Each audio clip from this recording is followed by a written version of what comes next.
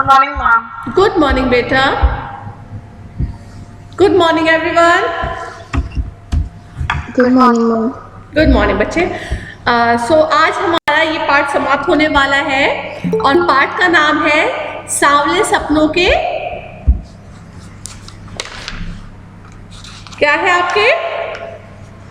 सांवले सपनों की क्या पाठ है? कोई बताएगा? हमारा पाठ कौन सा चल रहा है? ध्यान। Very good. सांवले सपनों की याद, ये हमारा पाठ चल रहा है। इसमें हम लोग आधे से ज्यादा क्वेश्चंस को देख चुके हैं, समझ चुके हैं। सिर्फ हमारे अब रह गए हैं 2 गद्यांश रह गए हैं, उसके अनुसार हमको किस प्रकार से उत्तर देना है उस पर आज ध्यान देना है। ठीक है, तो अब मैं आपके सामने एक गद्यांश पढ़ूंगी और उसके अकॉर्डिंग आप लोगों को उसके अनुसार उत्तर देंगे आप। आशा मतलब मुझे लगता है कि अब आप लोगों को एक पाठ समझ में आ गया होगा। अगर एग्जाम्स में इसमें से किसी भी तरीके के क्वेश्चन आते हैं तो आप लोग आसानी से कर सकते हैं। ठीक है, तो अब मैं आपके सामने एक गद्यांश पढ़ने जा रही हूँ। गद्यांश पढ़ने जा रही हूँ आपके सामने और उसके बाद आप लोग मुझे बताएंगे इन प्रश्नों के उत्तर। ठीक है, तो गद्यांश है आपका, जटिल प्राणियों के लिए सालिम अली हमेशा एक पहेली बने रहेंगे। बचपन के दिनों में उनकी एयरगन से घायल होकर गिरने वाली नीले कंठ की वह गौरैया सारी जिंदगी उन्हें खोज के नए नए रास्तों की तरफ ले जाती रही। जिंदगी की ऊंचाइयों में उनका विश्वास एक क्षण के लिए भी डिगा नहीं। वो लॉरेंस की तरह नैसर्गिक जिंदगी का प्रतिरूप बन गए। ठीक है, अब मैं इसके अनुसार आपसे कुछ प्रश्न पूछ रही हूँ। पहला प्रश्न है आपका, जटिल प्राणियों के लिए सालिम अली पहेली क्यों बने रहेंगे? जटिल प्राणियों के लिए सालिम अली एक पहेली क्यों बने रहेंगे?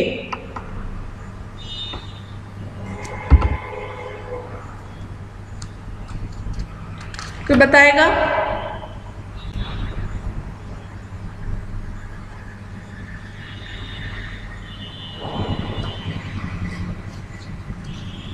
ठीक है, उत्तर मैं बता रही हूँ लेकिन ध्यान से सुनिएगा क्योंकि ये प्रश्न जो है बहुत महत्वपूर्ण है। उत्तर है, जटिल प्राणियों से तात्पर्य जटिल ढंग से सोचने वाले व्यक्तियों से है। जटिल प्राणियों से तात्पर्य यहाँ पर जटिल सोच वाले व्यक्तियों से है। जटिल प्राणी मानते हैं कि व्यक्ति से कोई महानता, विशिष्टता या अनोखापन हो तभी वे महान हो सकते हैं। लेकिन सालिम अली बहुत सीधे साधे सरल आदमी थे। जटिल स्वभाव वाले लोगों को सरल स्वभाव वाले सालिम अली की महानता समझ नहीं आ सकती, इसलिए सालिम अली उनके लिए पहेली बने रहेंगे। कुछ लोगों का सोचना है कि भैया अच्छे मार्क्स लेके पास हो जाना, ठीक है, अच्छी नौकरी पा जाना और अच्छी सैलरी मिल जाना ही काफ़ी होता है लाइफ में। लेकिन उनसे कई लोग जो अलग सोच रखते हैं उनका होता है कि दिमागी सुकून होना, दूसरों के लिए अपनी ज़िंदगी को थोड़ा सा काम आने देना, ये भी हमारी लाइफ का एक औचित्य होना चाहिए। ठीक है, सिर्फ अपने लिए जीना सब जीते हैं, अगर दूसरों के लिए और वो भी जो बेजुबान जानवर है उनके लिए आप जियो, अपनी प्रकृति के लिए आप जियो तो एक अलग ही उसका मज़ा है। तो यहाँ पर यही बताया गया है कि जटिल प्राणी से तात्पर्य जटिल ढंग से सोचने वाले व्यक्तियों से है। जटिल प्राणी मानते हैं कि व्यक्ति में कोई महानता, विशिष्टता या अनोखापन हो तभी वे महान हो सकते हैं। लेकिन सालिम अली बहुत सीधे साधे सरल आदमी थे। जटिल स्वभाव वाले लोगों को सरल स्वभाव वाले सालिम अली की महानता समझ नहीं आ सकती, इसलिए सालिम अली उनके लिए पहेली बने रहेंगे। इसलिए सालिम अली जो है उनके लिए पहेली हमेशा बने रहेंगे क्योंकि वो बहुत ही सीधे साधे और सरल स्वभाव के थे। नेक्स्ट क्वेश्चन इज, किस घटना ने सालिम अली के जीवन को पक्षियों की दुनिया की ओर मोड़ा? फिर से सुनिए प्रश्न, किस घटना ने सालिम अली के जीवन को पक्षियों की दुनिया की ओर मोड़ा? कौन बताएगा? मैम, जब उनकी एयरगन से गौरैया घायल हो गई थी तब। Very good. और कोई बताएगा इसको अच्छे तरीके से? और कोई बताना चाहेगा? बचपन के दिनों में उनकी एयरगन से घायल होकर एक गौरैया गिर गई थी। ठीक है, आप लोग सही दे रहे हैं, लेकिन प्रश्न क्योंकि बहुत आसान है और स्टार्टिंग से मैं आपको पढ़ा चुकी हूँ, तो इसमें आप लोग कुछ इस तरीके से उत्तर दे सकते हैं। बचपन में एक बार सालिम अली की एयरगन से एक नीले कंठ वाली गौरैया, ठीक है, मैं बार बार आपको बता रही हूँ, नीले कंठ वाली गौरैया घायल होकर गिर पड़ी। इसी मार्मिक घटना ने सालिम अली के जीवन को पक्षियों की दुनिया की ओर मोड़ दिया। इसी मार्मिक घटना ने सालिम अली के जीवन को किसकी ओर मोड़ दिया? पक्षियों के किसकी ओर मोड़ दिया?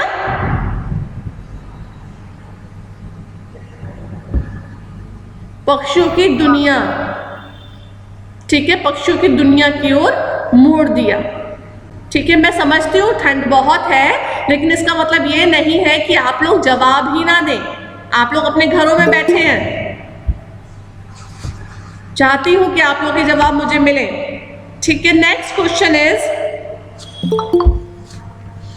P.H. लॉरेंस और सालिम अली में क्या समानता थी?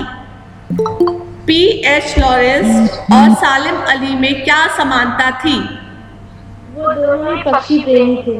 वेरी गुड वेदिका, दोनों ही पक्षी प्रेमी थे, दोनों ही प्रकृति से गहरा लगाव रखते थे, दोनों ही प्रकृति प्रेमी थे, दोनों महान व्यक्तियों का स्वभाव भी सरल और सीधा भोला भाला था और दोनों ही पक्षी प्रेमी थे। ठीक है, आप लोग अगर उत्तर देते हैं तो आप इसके बारे में बताएंगे कि वो प्रकृति प्रेमी भी थे। अगर प्रकृति प्रेमी थे तभी तो पक्षी प्रेमी थे। ठीक है, वो चाहते थे कि हरे हरे वन जो है, जो जंगल है, वो ना काटे जाए, जिसमें पक्षी वास करते हैं, जिसमें जानवर वास करते हैं। अगर हम उसे काटते चले जाएंगे, खत्म करते चले जाएंगे, तो एक दिन ऐसा आएगा कि आपको अपने आसपास उड़ने वाले जो पक्षी हैं, जो चिड़िए हैं, वो भी दिखना बंद हो जाएंगे। और जो बीच में हो भी गया था, शायद आप लोगों ने इस चीज़ पे ध्यान ना दिया हो, लेकिन एक चिड़िया होती है जो सबके घरों में दिखती भी होगी, भूरे रंग की, डार्क ब्राउन और लाइट ब्राउन कलर की एक चिड़िया होती है। ठीक है, तो वो सबके घरों में आती थी दाना चुगने के लिए, जो बहुत ही आम तौर पर पाई जाती थी। लेकिन जहाँ इतना प्रदूषण बढ़ गया, चीज़ें खराब हो गई, उन चिड़ियों ने दिखना बंद कर दिया। वो चिड़िया कब दिखना दोबारा शुरू हुई? जब हमारा फर्स्ट लॉकडाउन हुआ था, जब पहला लॉकडाउन हुआ था, जब प्रकृति को हमने संभलने का मौका दिया था, खुद स्वच्छ होने का मौका दिया था, तब उन चिड़ियों ने फिर से दिखना शुरू किया था। ठीक है, तो यही यहाँ पर बताया जा रहा है कि हम खिलवाड़ करते हैं, जिस दिन प्रकृति हमारे साथ खिलवाड़ करेगी तो देखना क्या होगा। और वही हुआ, हम लोगों ने बहुत प्रकृति के साथ खिलवाड़ किया। बस एक बार प्रकृति ने चुटकी बजाई और क्या हुआ, हम सब घर में जाके बैठ गए। एक छोटा सा वायरस आया और सब हम लोग कहाँ बैठ गए? अपने अपने घरों में छुप के बैठ गए थे। उसकी सेकेंड वेव आई तो क्या चीजें सब खत्म होने लगा। ठीक, अभी इंजेक्शंस लग रहे हैं, एक के बाद एक डोज नए तरीके की चीजें आ रही हैं, ऐसे ही सब चीजें बढ़ती चली जाएंगी अगर हमारा यही हाल रहा प्रकृति के साथ खिलवाड़ करने का। तो फिर है नेक्स्ट है आपका, मैं आपके सामने एक और गद्यांश पढ़ रही हूँ। उस गद्यांश के अकॉर्डिंग, ये लास्ट आपका गद्यांश है बेटा, ये आखिरी गद्यांश है, संभाल के सुनिएगा। ठीक है, तो गद्यांश इस तरीके से है। मुझे नहीं लगता कोई इस सोए हुए पक्षी को जगाना चाहेगा। वर्षों पूर्व खुद सालिम अली ने कहा था कि लोग पक्षियों को आदमी की नज़र से देखना चाहते हैं, यह उनकी भूल है। ठीक उसी तरह जैसे जंगलों और पहाड़ों, झरनों और आबशारों को भी प्रकृति की नज़र से नहीं, आदमी की नज़र से देखने को उत्सुक रहते हैं। भला कोई आदमी अपने कानों से पक्षियों की आवाज़ का मधुर संगीत सुनकर अपने भीतर रोमांच का सोता फूटता महसूस कर सकता है? नहीं। यहाँ पर एक प्रश्न किया गया है हम लोगों से सबसे, कि हम लोग जाते हैं टूरिस्ट स्पॉट पर, हम लोग घूमने जाते हैं और वहाँ पे हम लोगों ने खाया पिया और कूड़ा वहीं फेंक कर चले आए, उस सुंदर जगह को बिगाड़ कर चले आए। बहुत दूर तक नहीं जाते, हम लोग चले जाते हैं अपने लखनऊ के जू तक ही चले जाते हैं। ठीक है, अपनी गोमती तक ही चले जाते हैं। हमारे लखनऊ में आप सबको पता है कौन सी रिवर है, कौन सी नदी है? गोमती। गोमती। ठीक है, तो क्या होता है, अभी मैंने हाल ही में कल ही देखा कि गोमती में खूब झाग, बहुत सफेद झाग एकदम भरा पड़ा था। ठीक है, वो झाग क्या अच्छा था? आप लोग उसे क्या कहेंगे? वो पानी साफ था इसलिए झाग था, या वो पानी गंदा था इसलिए झाग था? पानी गंदा। वो पानी गंदा था इसलिए उसमें सफेद रंग का बहुत झाग था।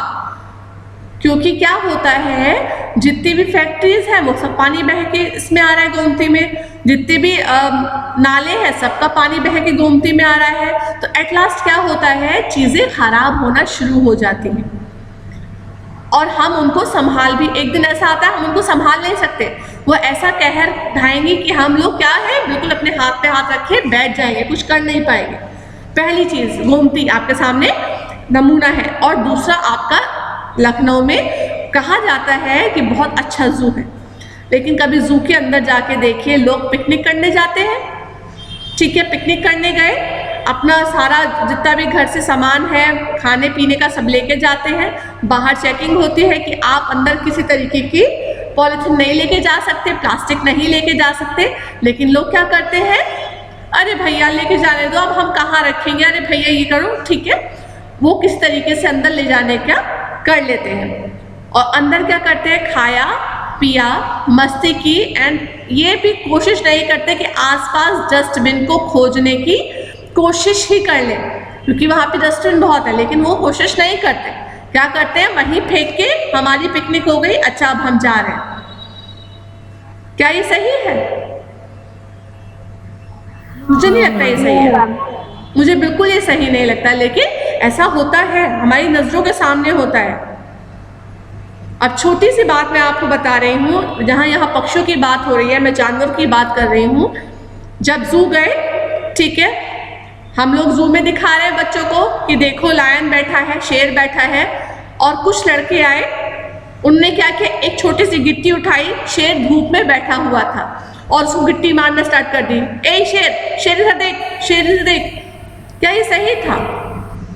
वो दिल में सोच रहा होगा बेटा जंगल में आके मिलो। तो मैं बताता हूँ कौन किसे देखेगा, क्योंकि मैं अभी एक केज में बंद हूँ, तो तुम मेरे को क्या कर रहे हो, इधर देख, उसको मार रहे थे कि इधर देख। क्या वो जंगल में जाके तुम ये कर पाओगे? तो हम खुद खिलवाड़ करते हैं अपनी प्रकृति के साथ, हम खुद खिलवाड़ करते हैं और उसका क्या होता है, सबको पता है। जानकीपुरम में तेंदुआ आ गया था, सब अपने घरों में बंद हो गए थे, तब उसको कोई गिट्टी मार पाया कि इधर देख तेंदुआ इधर देख? कोई नहीं कर पाया। तो यहाँ पर यही बताने की इस पाठ में कोशिश की गई है कि अगर हम उनकी कद्र करने लगेंगे, अगर हम उनके लिए सोचने लगेंगे, तो ये खतरे हमारे सामने कभी खड़े ही नहीं होंगे। अब ये जो है, अब इसके अकॉर्डिंग प्रश्नों के उत्तर आपको देने हैं। मैं फिर से एक बार पढ़ रही हूँ, ठीक है, आपके सामने एक बार फिर इस गद्यांश को पढ़ रही हूँ और आप लोग उत्तर देंगे। मुझे नहीं लगता कोई ऐसा सोते हुए पक्षी को जगाना चाहेगा। वर्षों पूर्व खुद सालिम अली ने कहा था कि लोग पक्षियों को आदमी की नज़र से देखना चाहते हैं। यह उनकी भूल है, ठीक उसी तरह जैसे जंगलों, पहाड़ों, झरनों और आबशारों को वे प्रकृति की नज़र से नहीं और आदमी की नज़र से देखने को उत्सुक रहते हैं।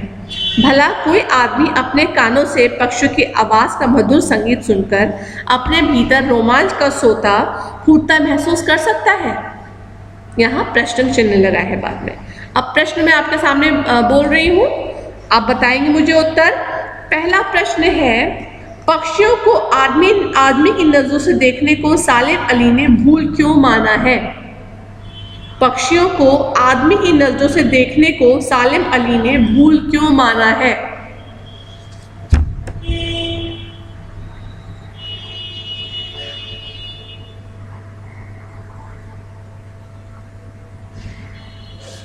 उत्तर है, सालिम अली पक्षियों को पक्षियों की ही नजरों से देखना उचित समझते थे।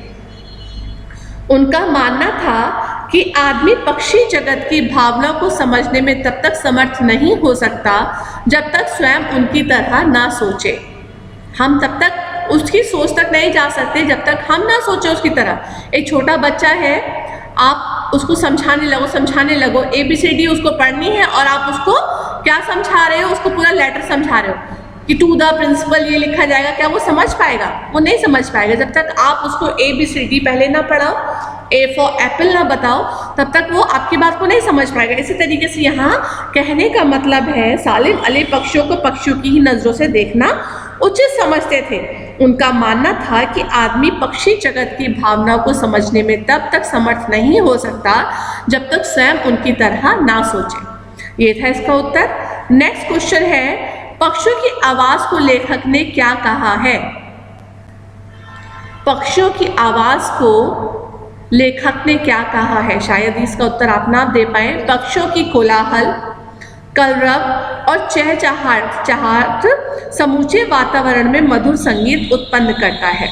उनका संगीत मनुष्य के अंतर्मन को बहते हुए झरने की तरह रोमांचित करता है। ठीक है, फिर मैं एक बार बता रही हूँ आपको। पक्षियों का कोलाहल, कलरव और चहचहाहट समूचे वातावरण के मधुर संगीत उत्पन्न करता है।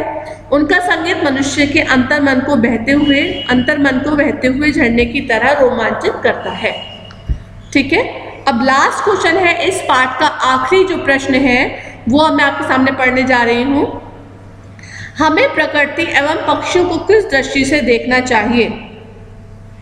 हमें प्रकृति एवं पक्षियों को किस दृष्टि से देखना चाहिए? मैम, हमें पक्षी और प्रकृति को उनकी ही नजर से देखना चाहिए। उनकी ही नज़र से देखना चाहिए। Very good Sanya. तो यहाँ पर उत्तर इस प्रकार दिया है, हमें प्रकृति और पक्षियों को उनकी ही दृष्टि से देखना चाहिए, तभी मनुष्य उन्हें गहराई से समझ सकता है, अन्यथा उन्हें समझना असंभव है। हमें प्रकृति और पक्षियों के भावों को अपने अंदर महसूस करना चाहिए। ऐसा तभी संभव हो सकता है जब हम उनको अपनी नहीं बल्कि उनकी नज़र से सदैव देखने का प्रयास करें। एक बार फिर रिपीट कर रही हूँ मैं सब बच्चों के लिए, हमें प्रकृति एवं पक्षियों को उनकी ही दृष्टि से देखना चाहिए, तभी मनुष्य उन्हें गहराई से समझ सकता है, अन्यथा उन्हें समझाना असंभव है। हमें प्रकृति और पक्षियों के भावों को अपने अंदर महसूस करना चाहिए, ऐसा तभी संभव हो सकता है जब हम उनको अपनी ही नहीं बल्कि उनकी नज़र से सदैव देखने का प्रयास करें। ठीक है, तो यहाँ पर होता है आपका पाठ समाप्त। सबको समझ में आया पाठ? Yes ma'am. ये आपके कोर्स में है, इसलिए मैं आप लोग को बार बार बोलूँगी कि अच्छे से पढ़ लीजिएगा। ये आपके कोर्स में है, तो आपका सब्जेक्टिव क्वेश्चन इसमें से कुछ भी आ सकते हैं। अगला हम जो चैप्टर लेंगे वो लेंगे बेटा प्रेमचंद के फटे जूते। अगला हमारा चैप्टर रहेगा प्रेमचंद के फटे जूते। ठीक है, और सब कुछ ठीक रहा तो ये चैप्टर हम लोग ऑनलाइन क्लास में नहीं ऑफलाइन क्लास में ही शेयर करेंगे। ठीक है, तो कोशिश यही है कि अब जल्द से जल्द आपका ऑफलाइन क्लासेस स्टार्ट हो जाए। तो प्रेमचंद के फटे जूते हमारा नेक्स्ट टॉपिक रहेगा। आपका टॉपिक खत्म हो चुका है, सांवले सपनों की याद। और सब बच्चे जो क्वेश्चंस मैंने समझाए हैं अपनी इस कहानी को एक बार फिर पढ़ लीजिएगा। All right class? Okay, bye bye बेटा। Thank you Thank you, ma'am. ma'am. Happy Basant Panchami all. Bye बच्चे, God bless you. Same to you, ma'am.